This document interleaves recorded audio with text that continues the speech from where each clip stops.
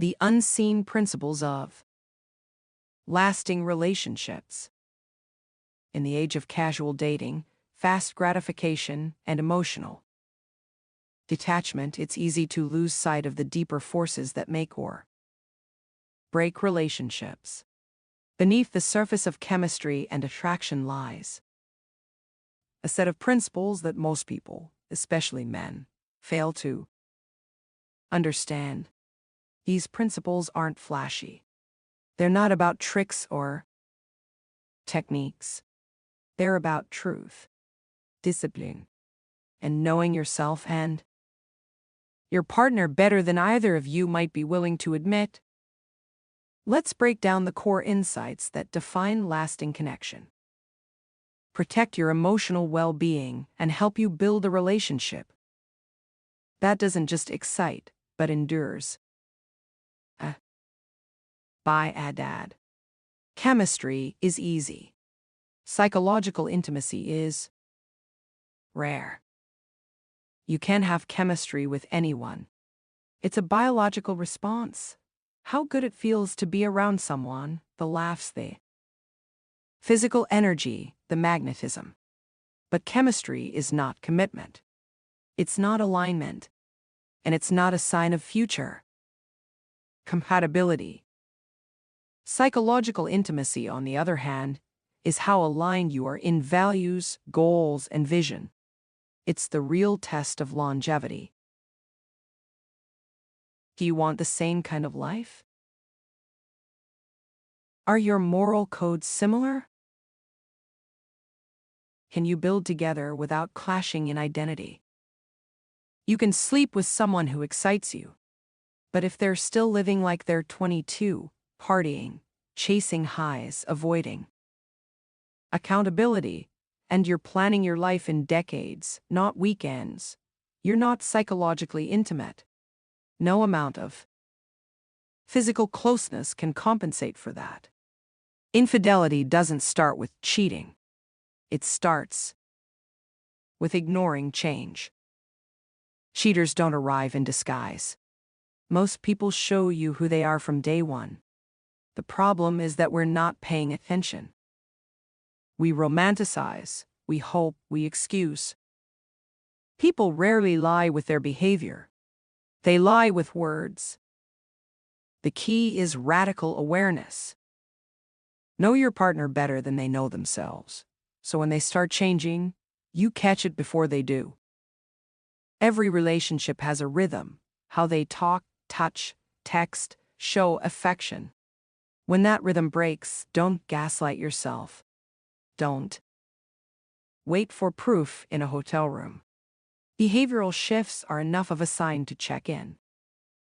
If someone repeatedly violates your standards, and you continue to stay without consequence, you're not being loyal. You're being complicit. Sexual discipline isn't just about sex, it's about self-respect. We live in a culture where men are encouraged to indulge. Sleep with as many women as possible. Eat whatever you want. Spend to impress. But indulgence doesn't lead to power. It leads to depression. It's a slow suicide. A man without self-control is a man who cannot be trusted with money, cannot be trusted with health, cannot be trusted with fidelity, cannot be trusted with responsibility. For dating, that might be fine. But for marriage, that's daily anxiety. Marrying an undisciplined man means becoming a mother to a grown child. You will end up managing his chaos, not building a future. True masculine strength comes from restraint, not indulgence. Make him invest, or you'll become the hookup girl. Many women believe that by being low maintenance and cool, they'll win commitment. They remove all pressure. They don't ask for dates. They don't share problems. They don't bring up timelines. They think ease will inspire love. But here's the truth. What a man doesn't work for, he doesn't value. If you deprive a man of the ability to invest in you, through effort, planning, emotional labor, you don't make yourself more appealing. You make yourself forgettable. Men don't marry the most convenient woman. They marry the one they felt responsible for, challenged by, and inspired by. Ease doesn't equal loyalty. Labor does. Recommitment is the silent glue of long-term love. People change. Life stages shift. You won't be the same person in 5 years, and neither will your partner. The problem is that many relationships fail because we stop recommitting. Commitment isn't a one-time ceremony. It's a continuous practice. When you move cities, recommit. When your partner changes career paths, recommit. When a child is born, recommit. The most successful relationships don't fear change. They honor it. They choose each other at every stage of evolution. Loyalty isn't to who you were, it's to who you're becoming together. Women who sleep too early often hurt themselves, not the man. Let's be honest. Many women are stuck in a trap. They don't want to lead with sex, but if they don't, they risk being ignored.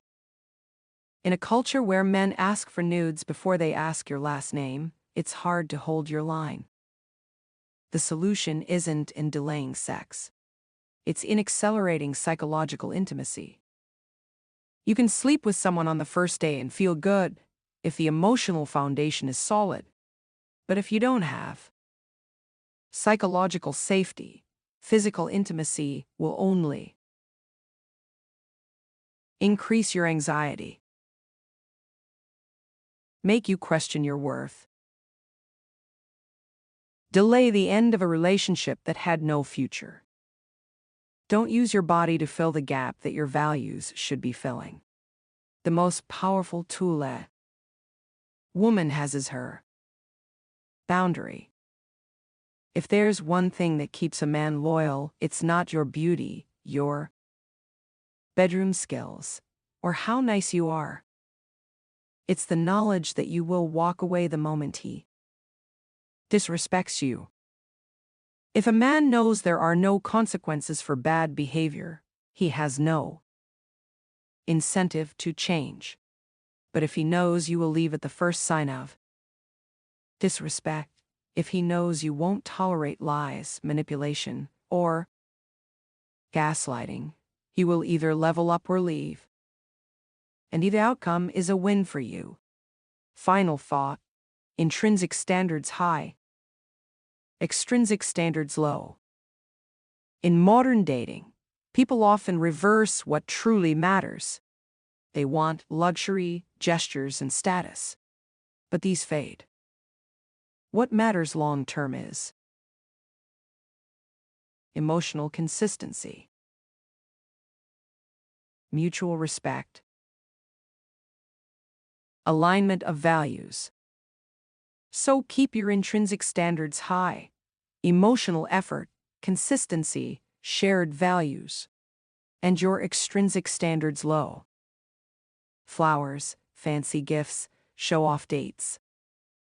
A man who brings you emotional security, psychological intimacy, and shared vision is a keeper.